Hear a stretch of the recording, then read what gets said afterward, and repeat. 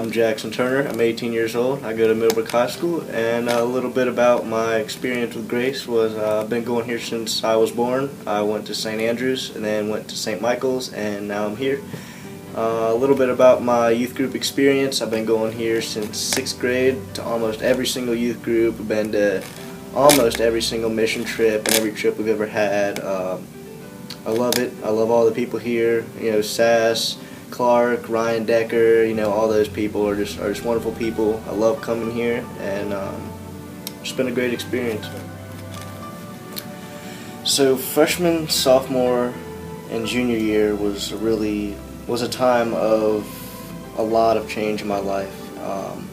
Freshman year, I was sort of really naive. I was all big into high school and all this stuff, and starting out high school, I just wanted to, you know, fit in and just to, you know, do what everyone else was doing, which was at the time high school youth group, and then at my school at the time was drugs. And I got really caught up in that kind of stuff, and it wasn't too bad at first. Didn't affect my life that much at first, but toward the end of sophomore year up until the end of junior year, it basically took over my life. And what my spirituality was doing during that point was sophomore year, I started seeing people in church that were a lot older, and I started having this idea that maybe I could just do what I want and not have to follow God's path up until I get around 40 or 50 years old, and then I can sort of change my ways, and then I can, you know, ask God to forgive all my sins. And sort of like I tried to manipulate God in a sense, which is kind of ironic. But and then junior year, I really started having my doubts because I suffer from depression and anxiety, and that mixed with all the stuff that was going on in my life, I really felt an absence of God, even though in the end there never really was an absence of God. But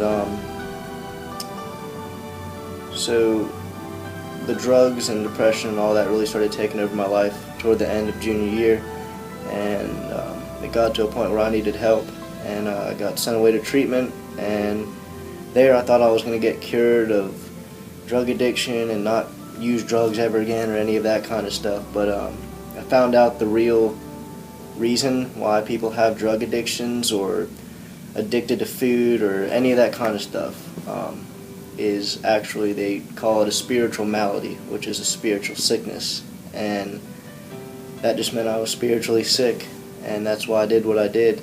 And they take you through these 12 steps, and I thought the 12 steps at first were that they're going to cure you of drugs or whatever, but in reality the 12 steps can be used for anybody, and what it is meant to do is to cure anybody's spiritual malady. But one thing I learned over those 12 steps is life and church and everything we do isn't about spiritual perfection, it's about spiritual progress. And you know, I was thinking about that as a metaphor in the stock market. Like, you know, the stock market goes like that, but it always is going higher. The thing is, you can work on your spirituality and get a little bit higher, and then something bad can happen in your life, and you can start having your doubts and all that, and then something great could happen. You could go on a mission trip, or you could go on a men's retreat or something like that, and it'll go up a little bit more, and eventually, if you look at it at the end, you can see, you know, a line going up there that is spiritual progression, and that's what I try to live my entire life by now.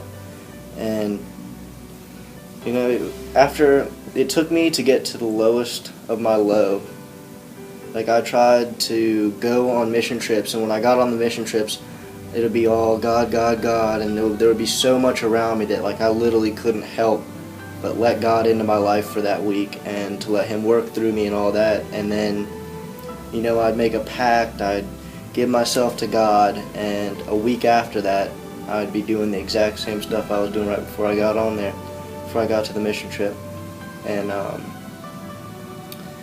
you know, it took me to get to my lowest of low, and it took me all my pride and shame and all of my strength and everything I had to get stripped away at my lowest low for me to realize that there is a God, and if there wasn't a God, I'd probably be dead at the point that I was at. And you know, the biggest surprise for me in all of high school was that when I was at my lowest of low, I wouldn't think that there would be God. It would just go downhill even more and more until who knows what. But in reality, that's when, at my lowest of low, is when God picked me up, and I truly realized that there was a God. So back when I was at my lowest of low, I always saw people in church living their lives, and I'd see some people in church who just looked so just depressed and sad, and they looked like they just got dragged by their hair into church, and they didn't want to be there. It was like somebody literally just forced them to go there. And when I was having all that fun and all that stuff, I looked at the Christian life and actually living it as being boring. Like, wow. Now, if I devote my life truly to God and all that, I can't go to parties, I can't hang out with the same friends that I have, all that stuff. And I just thought it was going to be horrible, and I really didn't want to change that because, I thought I was having as much fun as I possibly could. And today, after I gave my life over to Christ, every single day, like literally the worst day I have now is better than the best day I had before I gave my life to Christ. Because now every single thing I do, I can do it for my God, who I know, saved my entire life. And I think giving up something small like drugs or giving up some old friends is a big deal. And then I look at it, and God gave His only Son for me. The comparison of that is just absolutely insane if you look at it about, how small it is for me to give up something that's so small, or how big of a deal it is for me to give up something so small. And, literally every day I can lay down in my bed at the end of the day, I can look myself in the mirror, and I can just be happy with who I am. And, I don't need drugs, I don't need other people's validation, I don't need any of that stuff to make me feel better, because in the end, what I give up in this life I will have a much better life after this life, and that's what's important. And today I can come to church. I don't have to feel the shame and regret that I felt every single time I came in here, because I felt like I was constantly just betraying God and just lying every single time I came in here. And now I can come in here, I can learn about God, I can worship God, I can feel comfortable doing all of that today. And it's unbelievable, but everything today, everything in my life, everything is just 1,000 times better than I could ever imagine it would be back then. And I'm so glad that I changed, and that I owe a lot of it to this church and to these people in this church, because without them I could have never done it.